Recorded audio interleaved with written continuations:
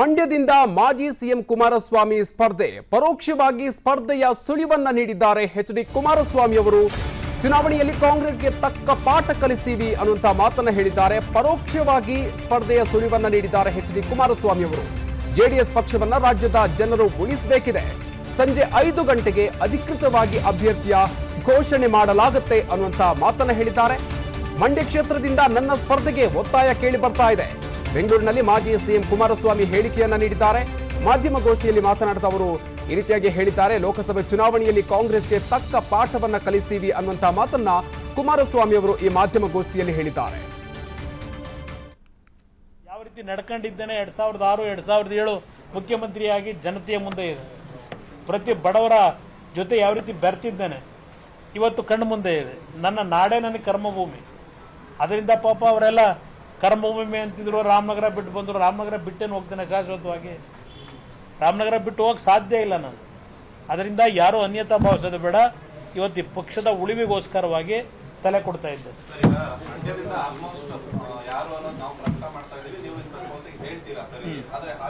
ಹೇಳೇ ಆಗೋಯ್ತಲ್ಲ.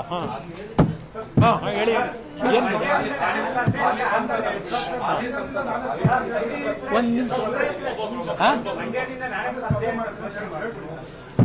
ಇದಕ್ಕಿಂತಲೂ ಇನ್ನೇನು ಹೇಳಬೇಕು? ಈಗ ಮೀಟಿಂಗ್ ಇದೆಯಪ್ಪ, ಮೀಟಿಂಗ್ ಇದೆ. ಈಗ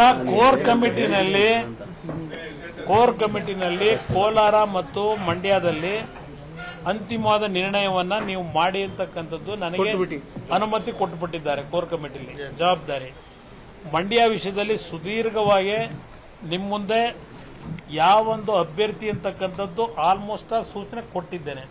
ಅಧಿಕೃತವಾಗಿ ನಾನು ಅನೌನ್ಸ್ ಮಾಡೋದಕ್ಕಿಂತ ಮುಂಚೆ ನಾನು ಮತ್ತೆ ಪುನಃ ಮಂಡ್ಯ ಜಿಲ್ಲೆಯ ಮಾಜಿ ಶಾಸಕರುಗಳ ಸಭೆಯನ್ನು ಕರೆದಿದ್ದೇನೆ. ಅವರ ಜೊತೆ ಇನ್ನೊಂದು ರೌಂಡ್ ಚರ್ಚೆ ಮಾಡಿ ಅಧಿಕೃತವಾಗಿ ಘೋಷಣೆ. ಕೋಲಾರದ್ದು ಅಷ್ಟೇ, ಕೋಲಾರದ್ದು ಅಂತಿಮ ನಿರ್ಣಯ ಮಾಡ್ತಾ ಇದ್ದೆ.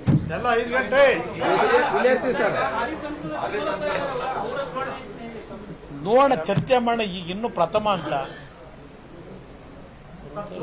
ನಮ್ಮ ಎನ್ ಡಿ ಎ ಅಲಯನ್ಸ್ ಅಲ್ಲಿ 3 ಸ್ಥಾನಗಳನ್ನು ನಮಗೆ ಬಿಟ್ಟುಕೊಟ್ಟಿದ್ದಾರೆ. ಈಗ ಮುಂದಿನ ಒಂದು ಪ್ರಕ್ರಿಯೆಗಳು, ರಾಜಕೀಯದ ಬೆಳವಣಿಗೆ ಏನಿದೆ, ಚುನಾವಣೆಯನ್ನು ಗೆಲ್ತಕ್ಕಂಥ ದೃಷ್ಟಿಯಿಂದ ಮಂಡ್ಯದಲ್ಲಿ ರಾಜಕೀಯದ ಯಾವುದೇ ರೀತಿಯ ಬೆಳವಣಿಗೆಗಳೇನಿದೆ ಸುಗಮವಾಗಿ ಅದನ್ನು ಸರಿಪಡಿಸ್ಕೊಳ್ತಕ್ಕಂಥದ್ದಕ್ಕೆ ನಮ್ಮ ಬಿಜೆಪಿಯ ಸ್ನೇಹಿತರುಗಳ ಜೊತೆನೂ ಸದ್ಯದಲ್ಲೇ ಸಭೆ ಮಾಡ್ತಾ ಇದ್ದೆ.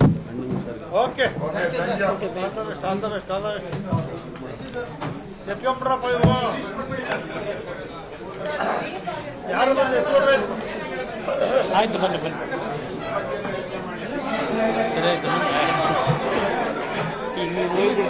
ಇಲ್ಲೆಲ್ಲ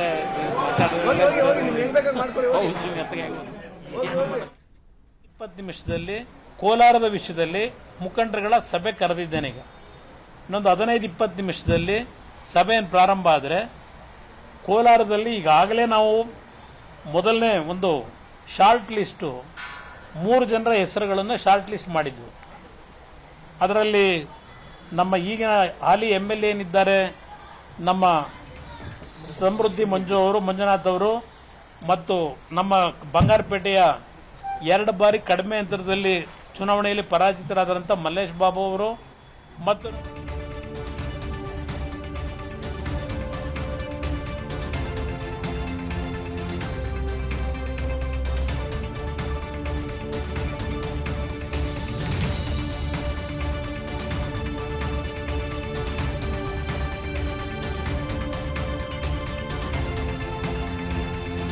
ಪಕ್ಷದ ಉಳಿವಿಗಾಗಿ ನನ್ನ ತಲೆಯನ್ನ ಕೊಡ್ತಾ ಇದ್ದೀನಿ ಅನ್ನುವಂತಹ ಮಾತನ್ನ ಎಚ್.ಡಿ. ಕುಮಾರಸ್ವಾಮಿ ಅವರು ಹೇಳ್ತಾ ಇದ್ದಾರೆ. ಈ ಮೂಲಕ ಮಂಡ್ಯದಲ್ಲಿ ತಾನು ಕಣಕ್ಕಿಳಿಯುವ ಬಗ್ಗೆ ಪರೋಕ್ಷವಾದಂತಹ ಸುಳಿವನ್ನ ನೀಡುತ್ತಾ ಇದ್ದಾರೆ. ಇನ್ನೂ ಕೂಡ ಅಧಿಕೃತವಾದಂತಹ ಘೋಷಣೆಯನ್ನ ಮಾಡಿಲ್ಲ. ಇನ್ನು ಮೀಟಿಂಗ್ ನಡೀಬೇಕಿದೆ. ಸೊ ಅದಾದ ಬಳಿಕ ಸಂಜೆ 5 ಗಂಟೆಯ ಸಂದರ್ಭದಲ್ಲಿ ಈ ಬಗ್ಗೆ ಅಧಿಕೃತವಾಗಿ ಘೋಷಣೆಯನ್ನ ಮಾಡಲಾಗುತ್ತೆ ಅನ್ನುವಂತಹ ಮಾತನ್ನ ಈ ಸುದ್ದಿಗೋಷ್ಠಿಯಲ್ಲಿ ಹೇಳಿಕೆಯನ್ನು ನೀಡಿದ್ದಾರೆ ಕುಮಾರಸ್ವಾಮಿ ಅವರು. ಮಂಡ್ಯ ಪ್ರಮುಖರ ನಾಯಕರ ಜೊತೆಗೆ ಸಭೆಯ ಬಳಿಕ ಘೋಷಣೆಯನ್ನ ಮಾಡಲಾಗುತ್ತೆ. ಪಕ್ಷದ ಉಳಿವಿಗಾಗಿ ನನ್ನ ತಲೆ ಕೊಡ್ತಾ ಇದ್ದೀನಿ ಅನ್ನುವಂತ ಮಾತನ್ನ ಎಚ್.ಡಿ. ಕುಮಾರಸ್ವಾಮಿ ಹೇಳಿದ್ದಾರೆ. ಹಾಗಾಗಿ ಮಂಡ್ಯದಿಂದ ಕುಮಾರಸ್ವಾಮಿ ಅವರ ಸ್ಪರ್ಧೆ ಬಹುತೇಕ ಖಚಿತ ಅನ್ನುವಂತಾಗಿದೆ. ಅಧಿಕೃತ ಕರ್ಮಭೂಮಿ ಅಂತಿದ್ರು. ನನ್ನ ನಾಡೇ ನನಗೆ ಕರ್ಮಭೂಮಿ.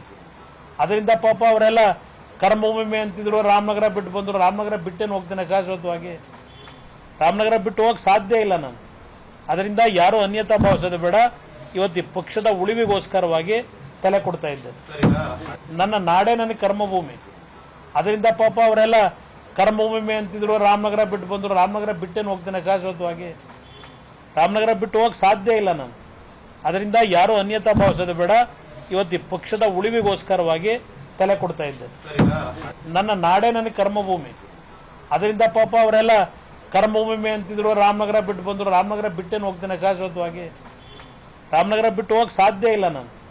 ಅದರಿಂದ ಯಾರೂ ಅನ್ಯತಾ ಭಾವಿಸೋದು ಬೇಡ. ಇವತ್ತು ಈ ಪಕ್ಷದ ಉಳಿವಿಗೋಸ್ಕರವಾಗಿ ತಲೆ ಕೊಡ್ತಾ ಇದ್ದೇನೆ. ನನ್ನ ನಾಡೇ ನನಗೆ ಕರ್ಮಭೂಮಿ. ಅದರಿಂದ ಪಾಪ ಅವರೆಲ್ಲ ಕರ್ಮಭೂಮಿ ಅಂತಿದ್ರು, ರಾಮನಗರ ಬಿಟ್ಟು ಬಂದರು. ರಾಮನಗರ ಬಿಟ್ಟೇನು ಹೋಗ್ತೇನೆ ಶಾಶ್ವತವಾಗಿ? ರಾಮನಗರ ಬಿಟ್ಟು ಹೋಗಕ್ಕೆ ಸಾಧ್ಯ ಇಲ್ಲ ನಾನು. ಅದರಿಂದ ಯಾರೂ ಅನ್ಯತಾ ಭಾವಿಸೋದು ಬೇಡ. ಇವತ್ತು ಈ ಪಕ್ಷದ ಉಳಿವಿಗೋಸ್ಕರವಾಗಿ ತಲೆ ಕೊಡ್ತಾ ಇದ್ದೇನೆ. ನನ್ನ ನಾಡೇ ನನಗೆ ಕೋಲಾರದ ವಿಷಯದಲ್ಲಿ ಮುಖಂಡರುಗಳ ಸಭೆ ಕರೆದಿದ್ದೇನೆ. ಈಗ ಇನ್ನೊಂದು 15-20 ನಿಮಿಷದಲ್ಲಿ ಸಭೆಯನ್ನು ಪ್ರಾರಂಭ ಆದರೆ ಕೋಲಾರದಲ್ಲಿ ಈಗಾಗಲೇ ನಾವು ಮೊದಲನೇ ನಾನು ಬೆಂಗಳೂರು ಗ್ರಾಮಾಂತರ ಲೋಕಸಭಾ ಕ್ಷೇತ್ರ ಏನಿದೆ, ವಿಶೇಷವಾಗಿ ನಮ್ಮ ರಾಮನಗರ ಜಿಲ್ಲೆ ನನಗೆ ರಾಜಕೀಯವಾಗಿ ಜನ್ಮ ಕೊಟ್ಟಂಥ ಜಿಲ್ಲೆ ಅದು. ನಾನು ಹುಟ್ಟಿದ್ದು ಹಾಸನ ಜಿಲ್ಲೆಯಲ್ಲಾದರೂ ನನಗೆ ರಾಜಕೀಯವಾಗಿ ಶಕ್ತಿಯನ್ನು ಕೊಟ್ಟಂಥವರು, ಜನ್ಮ ಕೊಟ್ಟಂಥವರು ರಾಮನಗರ ಜಿಲ್ಲೆಯ ಜನತೆ. ನಾನು ಬೆಂಗಳೂರು ಗ್ರಾಮಾಂತರ ಲೋಕಸಭಾ ಕ್ಷೇತ್ರ ಏನಿದೆ, ವಿಶೇಷವಾಗಿ ನಮ್ಮ ರಾಮನಗರ ಜಿಲ್ಲೆ ನನಗೆ ರಾಜಕೀಯವಾಗಿ ಜನ್ಮ ಕೊಟ್ಟಂಥ ಜಿಲ್ಲೆ ಅದು. ನಾನು ಹುಟ್ಟಿದ್ದು ಹಾಸನ ಜಿಲ್ಲೆಯಲ್ಲಾದರೂ ನನಗೆ ರಾಜಕೀಯವಾಗಿ ಶಕ್ತಿಯನ್ನು ಕೊಟ್ಟಂಥವರು, ಜನ್ಮ ಕೊಟ್ಟಂಥವರು ರಾಮನಗರ ಜಿಲ್ಲೆಯ ಜನತೆ. ನಾನು ಕೋಲಾರದ ವಿಷಯದಲ್ಲಿ ಮುಖಂಡರುಗಳ ಸಭೆ ಕರೆದಿದ್ದೇನೆ. ಈಗ ಇನ್ನೊಂದು 15-20 ನಿಮಿಷದಲ್ಲಿ ಸಭೆಯನ್ನು ಪ್ರಾರಂಭ ಆದರೆ ಕೋಲಾರದಲ್ಲಿ ಈಗಾಗಲೇ ನಾವು ಮೊದಲನೇ ಶಾರ್ಟ್ ಲಿಸ್ಟು 3 ಜನರ ಹೆಸರುಗಳನ್ನು ಶಾರ್ಟ್ ಲಿಸ್ಟ್ ಮಾಡಿದ್ವಿ. ಅದರಲ್ಲಿ ನಮ್ಮ ಈಗಿನ ಹಾಲಿ MLA ಏನಿದ್ದಾರೆ, ನಮ್ಮ ಸಮೃದ್ಧಿ ಮಂಜುನಾಥ್ ಅವರು ಮತ್ತು ನಮ್ಮ ಬಂಗಾರಪೇಟೆಯ 2 ಬಾರಿ ಕಡಿಮೆ ಅಂತರದಲ್ಲಿ ಚುನಾವಣೆಯಲ್ಲಿ ಪರಾಜಿತರಾದಂಥ ಮಲ್ಲೇಶ್ ಬಾಬು ಅವರು ಮತ್ತು ನಮ್ಮ ದೇವನಹಳ್ಳಿಯ ಶಾಸಕರು, ಮಾಜಿ ಶಾಸಕರು ನಾರಾಯಣಸ್ವಾಮಿ ಅವರು.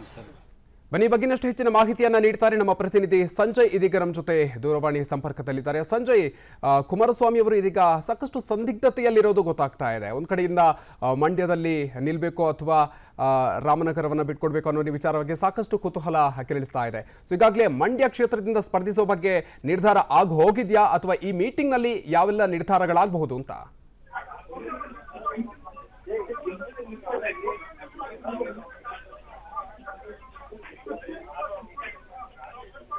ಸಂಜಯ್, ನನ್ನ ಧ್ವನಿ ಕೇಳಿಸ್ತಾ ಇದ್ರೆ, ಸೊ ಮೀಟಿಂಗ್ ಆಗಬೇಕಾಗಿದೆ ಮಂಡ್ಯ ಕ್ಷೇತ್ರಕ್ಕೆ ಸಂಬಂಧಪಟ್ಟಂತೆ. ಮಂಡ್ಯ ಕ್ಷೇತ್ರದಲ್ಲಿ ನಿಲ್ಲೋ ಬಗ್ಗೆ ನಿರ್ಧಾರವನ್ನ ಮಾಡಿ ಆಗಿದ್ಯಾ? ಈ ಮೀಟಿಂಗ್ ನಲ್ಲಿ ಏನೇನು ಚರ್ಚೆ ಆಗಬಹುದು? ಇನ್ನೊಮ್ಮೆ ನಿಮ್ಮ ಪ್ರಶ್ನೆ ರಿಪೀಟ್ ಮಾಡಿ ಮಧುಕರ್. ಈಗಾಗಲೇ ಮೀಟಿಂಗ್ ನಡಿಬೇಕಾಗಿದೆ ಮಂಡ್ಯ ಕ್ಷೇತ್ರಕ್ಕೆ ಸಂಬಂಧಪಟ್ಟಂತೆ ಸಂಜಯ್. ಅಂದ್ರೆ ಈ ಮೀಟಿಂಗ್ ನಲ್ಲಿ ಏನೆಲ್ಲ ಚರ್ಚೆ ಆಗಬಹುದು? ಮಂಡ್ಯ ಕ್ಷೇತ್ರದಲ್ಲಿ ನಿಲ್ಲೋ ನಿರ್ಧಾರ ಈಗಾಗಲೇ ಮಾಡಿ ಆಗಿದೆಯಾ ಹೇಗೆ ಅಂತ? ಖಂಡಿತವಾಗಿಯೂ ಕುಮಾರಸ್ವಾಮಿ ಅವರು ಈಗಾಗಲೇ ಮಂಡ್ಯದಿಂದ ಸ್ಪರ್ಧೆ ಬಗ್ಗೆ ಪರೋಕ್ಷವಾಗಿ ಸ್ವೀಕರಣ ಕೊಟ್ಟಿರ್ತಕ್ಕಂಥದ್ದು, ಜೊತೆಗೆ ಮಂಡ್ಯದಿಂದ ನಾನೇ ಸ್ಪರ್ಧೆ ಮಾಡ್ತೀನಿ ಅಂತಕ್ಕಂಥ ಅಧಿಕೃತ ಘೋಷಣೆಯನ್ನು ಸಹ ಮಾಡ್ತೀನಿ. ಒಂದು ಕೋರ್ ಕಮಿಟಿ ಸಭೆ ಇರ್ತಕ್ಕಂಥದ್ದು ಮಂಡ್ಯ ವಿಚಾರವಾಗಿ. ಅದು ಶುರುವಾಗಿ ಅರ್ಧ ಮುಕ್ಕಾಲು ಗಂಟೆ ಸಭೆ ನಡೆಯುತ್ತೆ. ಸಭೆಯ ನಂತರ ಮಂಡ್ಯದಲ್ಲಿ ನಾನೇ ಸ್ಪರ್ಧೆ ಮಾಡ್ತೀನಿ, ಈ ಬಗ್ಗೆ ಅಧಿಕೃತವಾಗಿ ತಿಳಿಸ್ತೀನಿ. ಮಂಡ್ಯದಲ್ಲಿ ಸ್ಪರ್ಧೆ ಮಾಡತಕ್ಕಂಥ ಅನಿವಾರ್ಯತೆ ಈಗ ಎದುರಾಗಿರ್ತಕ್ಕಂಥದ್ದು. ಯಾಕಂತಂದ್ರೆ ಮಂಡ್ಯ JDS ನ ಹೃದಯ ಭಾಗ ಆಗಿರ್ತಕ್ಕಂಥದ್ದು. ಈ ಒಂದು ನಿಟ್ಟಿನಲ್ಲಿ ಮಂಡ್ಯದಲ್ಲಿ ಸ್ಪರ್ಧೆ ಮಾಡಬೇಕು. ಮಂಡ್ಯ ಕಾರ್ಯಕರ್ತರಿಗಾಗಿ ನಾನು ಸ್ಪರ್ಧೆ ಅನಿವಾರ್ಯ ಆಗಿರ್ತಕ್ಕಂಥದ್ದು. ಬೇರೆ ಯಾರೇ ಸ್ಪರ್ಧೆ ಮಾಡೋದು ಅಲ್ಲಿನ ಕಾರ್ಯಕರ್ತರಿಂದ ಏನಂತಂದ್ರೆ ಒಪ್ಕೊಳ್ತಾ ಇಲ್ಲ. ನನ್ನ ಸ್ಪರ್ಧೆ ಬಹಳ ಮುಖ್ಯವಾಗಿರ್ತಕ್ಕಂಥದ್ದು. ಈ ಒಂದು ನಿಟ್ಟಿನಲ್ಲಿ ಮಂಡ್ಯ ಸ್ಪರ್ಧೆಗೆ ನಾನೇ ಖುದ್ದಾಗಿ ಮಂಡ್ಯ ಸ್ಪರ್ಧೆ ಮಾಡ್ತೀನಿ. ಘೋಷಣೆ ಇನ್ನ ಕೆಲವೇ ನಿಮಿಷ ನನ್ನ ಬಗ್ಗೆ ಖುದ್ದಾಗಿ ಘೋಷಣೆ ಮಾಡ್ತೀನಿ. ಯಾಕಂತಂದ್ರೆ ಏನು ಹಳೆ ಮೈಸೂರು ಭಾಗದಲ್ಲಿ ಏನು ಜನ ನನಗೆ ವಿಶೇಷವಾಗಿ ಮಂಡ್ಯದಲ್ಲಿ ಕಳೆದ ಬಾರಿ ನಾನು CM ಆಗ್ಬೇಕಂತ 7 ಕ್ಷೇತ್ರಗಳಲ್ಲಿ JDS ಅನ್ನ ಗೆಲ್ಲಿಸ್ಕೊಟ್ಟಿದ್ರು. ಇಂಥ ಒಂದು ಸಂದರ್ಭದಲ್ಲಿ ನಾನು ಆ ಮಂಡ್ಯವನ್ನ ಬಿಟ್ಕೊಟ್ರೆ ತಪ್ಪಾಗುತ್ತೆ. ಈ ನಿಟ್ಟಿನಲ್ಲಿ ಮಂಡ್ಯದಿಂದ ನಾನೇ ಸ್ಪರ್ಧೆ ಮಾಡ್ತಾ ಇದ್ದೀನಿ. ನಿಖಿಲ್ ಕುಮಾರಸ್ವಾಮಿ ಅವರು ಸ್ಪರ್ಧೆ ಮಾಡಬೇಕು ಅಂತ ಸಾಕಷ್ಟು ಒತ್ತಡ ಬಂದಿತ್ತು. ಆದ್ರೆ ನಿಖಿಲ್ ಕುಮಾರಸ್ವಾಮಿ ಅವರು ಸ್ಪರ್ಧೆ ಮಾಡಲ್ಲ ಅಂತ ಕಠಿಣ ನಿರ್ಧಾರವನ್ನ ತೆಗೆದುಕೊಂಡಿದ್ದಾರೆ. ಇಂಥ ಒಂದು ಸಂದರ್ಭದಲ್ಲಿ ಮಂಡ್ಯ ಕಾರ್ಯಕರ್ತರು, ಮಂಡ್ಯದ ಜೆಡಿಎಸ್ ಮುಖಂಡರು, ಮಂಡ್ಯ ಒಂದು ಜನತೆಯ ಅಭಿವೃದ್ಧಿ, ಮಂಡ್ಯ ಜಿಲ್ಲೆಯ ಸರ್ವಾಂಗೀಣ ಅಭಿವೃದ್ಧಿಗಾಗಿ ಮಂಡ್ಯದಲ್ಲಿ ಕುಮಾರಸ್ವಾಮಿ ಸ್ಪರ್ಧೆಯೇ ಅನಿವಾರ್ಯ. ಇದಕ್ಕಾಗಿ ನಾನೇ ಮಂಡ್ಯಕ್ಕಾಗಿ ತಲೆ ಕೊಡ್ತಾ ಇದ್ದೀನಿ. ಏನೇ ಆದ್ರೂ ಸರಿ ಮಂಡ್ಯದಲ್ಲಿ ನಾನು ಸ್ಪರ್ಧೆ ಮಾಡ್ತೀನಿ. ಈ ಬಗ್ಗೆ ನಾನು ಅಧಿಕೃತ ಘೋಷಣೆಯನ್ನು ಸಹ ಮಾಡ್ತೀನಿ ಅಂತ ಕುಮಾರಸ್ವಾಮಿ ಹೇಳಿರ್ತಕ್ಕಂಥದ್ದು. ಈಗ ಒಂದು ಅರ್ಧ ಮುಕ್ಕಾಲು ಗಂಟೆಗಳ ಕಾಲ ಕುಮಾರಸ್ವಾಮಿ ಅವರು ಮಂಡ್ಯ ಜಿಲ್ಲಾ ನಾಯಕರ ಜೊತೆಗೆ ಒಂದಷ್ಟು ಸಭೆ ಮಾಡ್ತಾರೆ. ಸಭೆಯಲ್ಲಿ ಏನಂತ ಅಂದ್ರೆ ನಾನೇ ಸ್ಪರ್ಧೆ ಮಾಡ್ತಾ ಇದ್ದೀನಿ, ಯಾವುದೇ ಕಾರಣಕ್ಕೂ ಈ ಬಾರಿ ಮಂಡ್ಯದಲ್ಲಿ ನಮಗೆ ಸೋಲಾಗಬಾರ್ದು, ಮಂಡ್ಯದಲ್ಲಿ ಗೆದ್ದೇ ಗೆಲ್ಲಬೇಕು, ಯಾಕಂತಂದ್ರೆ JDS ನ ಮುಗಿಸ್ಬಿಟ್ಟಿದೀವಿ ಅಂತಕ್ಕಂಥ ದುರಹಂಕಾರದ ಮಾತುಗಳನ್ನ ಕೆಲವು ಪಕ್ಷದವ್ರು ಹೇಳ್ತಾ ಇದ್ದಾರೆ. ಅವ್ರಿಗೆಲ್ಲ ಉತ್ತರ ಕೊಡ್ಬೇಕಂತಂದ್ರೆ ಮಂಡ್ಯದಲ್ಲಿ ಈ ಬಾರಿ ನಾವು ಗೆಲ್ಲಬೇಕು, ನಾನೇ ಸ್ಪರ್ಧೆ ಮಾಡ್ತಾ ಇದ್ದೀನಿ. ಈ ವಿಚಾರವಾಗಿ ಮಂಡ್ಯ ಕೋರ್ ಕಮಿಟಿ ವಿಚಾರವಾಗಿ ಸಾಕಷ್ಟು ಚರ್ಚೆ ನಡೆಸ್ತಾರೆ. ಚರ್ಚೆಯ ನಂತರ ಕುಮಾರಸ್ವಾಮಿ ಅವರು ಅಧಿಕೃತವಾಗಿ ಮಂಡ್ಯ ಸ್ಪರ್ಧೆ ಬಗ್ಗೆ ಘೋಷಣೆ ಮಾಡಲಿದ್ದಾರೆ. ಮಧುಕರ್ ಶೆಟ್ಟಿ. ಓಕೆ, ಧನ್ಯವಾದ ಸಂಜಯ್ ನಿಮ್ಮ ಮಾಹಿತಿಗೆ.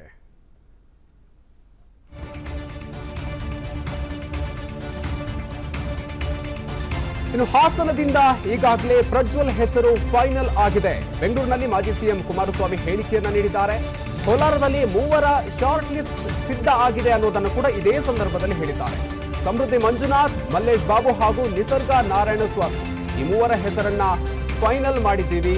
ಕೋಲಾರ ನಾಯಕರ ಜೊತೆಗೂ ಕೂಡ ಸಭೆಯನ್ನ ಮಾಡಿ ಹೆಸರನ್ನ ಅಂತಿಮಗೊಳಿಸಲಾಗುತ್ತೆ ಅನ್ನುವಂತಹ ಮಾತನ್ನ ಹೇಳಿದ್ದಾರೆ. 3 ಹೆಸರನ್ನ ಈಗ ಅಂತಿಮಗೊಳಿಸಲಾಗಿದೆ, ಅದರಲ್ಲಿ ಓರ್ವನ್ ಹೆಸರನ್ನ ಫೈನಲ್ ಮಾಡಲಾಗುತ್ತೆ ಅನ್ನುವಂತಹ ಮಾತನ್ನ ಹೇಳಿದ್ದಾರೆ. ಕೋಲಾರ ಕ್ಷೇತ್ರದ ಗೆಲುವಿಗೆ ಎಲ್ಲರೂ ಕೂಡ ಶ್ರಮಿಸ್ತೀವಿ ಅನ್ನುವಂತಹ ಮಾತನ್ನ ಎಚ್.ಡಿ. ಕುಮಾರಸ್ವಾಮಿ ಅವರು ಹೇಳಿದ್ದಾರೆ. ಇನ್ನು ಹಾಸನ ವಿಚಾರಕ್ಕೆ ಸಂಬಂಧಪಟ್ಟಂತೆ ಪ್ರಜ್ವಲ್ ರೇವಣ್ಣ ಅವರ ಹೆಸರು ಫೈನಲ್ ಆಗಿದೆ ಅನ್ನೋದನ್ನು ಕೂಡ ಇದೇ ಸಂದರ್ಭದಲ್ಲಿ ಅವರು ಘೋಷಣೆಯನ್ನು ಮಾಡಿದ್ದಾರೆ. ಆದರೆ ಕೋಲಾರದಲ್ಲಿ 3 ಹೆಸರು ಶಾರ್ಟ್ ಲಿಸ್ಟ್ ನಲ್ಲಿ ಸಿದ್ಧ ಆಗಿದೆ ಅನ್ನುವಂತಹ ಮಾತನ್ನ ಹೇಳಿದ್ದಾರೆ. ಕೋಲಾರದ ವಿಷಯದಲ್ಲಿ ಮುಖಂಡರುಗಳ ಸಭೆ ಕರೆದಿದ್ದೇನೆ. ಈಗ ಇನ್ನೊಂದು 15-20 ನಿಮಿಷದಲ್ಲಿ ಸಭೆಯನ್ನು ಪ್ರಾರಂಭ ಆದರೆ ಕೋಲಾರದಲ್ಲಿ ಈಗಾಗಲೇ ನಾವು ಮೊದಲನೇ ಒಂದು ಶಾರ್ಟ್ ಲಿಸ್ಟು 3 ಜನರ ಹೆಸರುಗಳನ್ನು ಶಾರ್ಟ್ ಲಿಸ್ಟ್ ಮಾಡಿದ್ವು. ಅದರಲ್ಲಿ ನಮ್ಮ ಈಗಿನ ಹಾಲಿ MLA ಏನಿದ್ದಾರೆ ನಮ್ಮ ಸಮೃದ್ಧಿ ಮಂಜುನಾಥ್ ಅವರು ಮತ್ತು ನಮ್ಮ ಬಂಗಾರಪೇಟೆಯ 2 ಬಾರಿ ಕಡಿಮೆ ಅಂತರದಲ್ಲಿ ಚುನಾವಣೆಯಲ್ಲಿ ಪರಾಜಿತರಾದಂಥ ಮಲ್ಲೇಶ್ ಬಾಬು ಅವರು ಮತ್ತು ನಮ್ಮ ದೇವನಹಳ್ಳಿಯ ಶಾಸಕರು ಮಾಜಿ ಶಾಸಕರು ನಾರಾಯಣಸ್ವಾಮಿ ಅವರು, ನಿಸರ್ಗ ನಾರಾಯಣಸ್ವಾಮಿ ಅವರು, ಇವರು 3 ಜನದ ಹೆಸರನ್ನ ಶಾರ್ಟ್ ಲಿಸ್ಟ್ ಮಾಡಿದ್ದೇವೆ. ಈಗಾಗಲೇ ಹಲವಾರು ಸಭೆಗಳನ್ನು ಮಾಡಿ ಎಲ್ಲರ ಅಭಿಪ್ರಾಯ ಪಡೆದಿದ್ದೇವೆ. ಅನುಕ್ಷಣದ ಸುದ್ದಿಗಳಿಗಾಗಿ ವಿಸ್ತಾರ ನ್ಯೂಸ್ ಯೂಟ್ಯೂಬ್ ಚಾನೆಲ್ ಸಬ್ಸ್ಕ್ರೈಬ್ ಮಾಡಿ. ಹೊಸ ಸುದ್ದಿಗಳ ನೋಟಿಫಿಕೇಶನ್ಗಾಗಿ ಬೆಲ್ ಐಕಾನ್ ಕ್ಲಿಕ್ ಮಾಡಿ. ಲೇಟೆಸ್ಟ್ ಅಪ್ಡೇಟ್ಸ್ಗಾಗಿ www.vistaranews.com ವೆಬ್ಸೈಟ್ಗೆ ವಿಸಿಟ್ ಮಾಡಿ. ಅಂಗೈಯಲ್ಲೇ ಜಗತ್ತಿನ ಸುದ್ದಿ ತಿಳಿಯಲು ವಿಸ್ತಾರ ನ್ಯೂಸ್ ಕನ್ನಡ ಆಪ್ ಡೌನ್ಲೋಡ್ ಮಾಡಿ.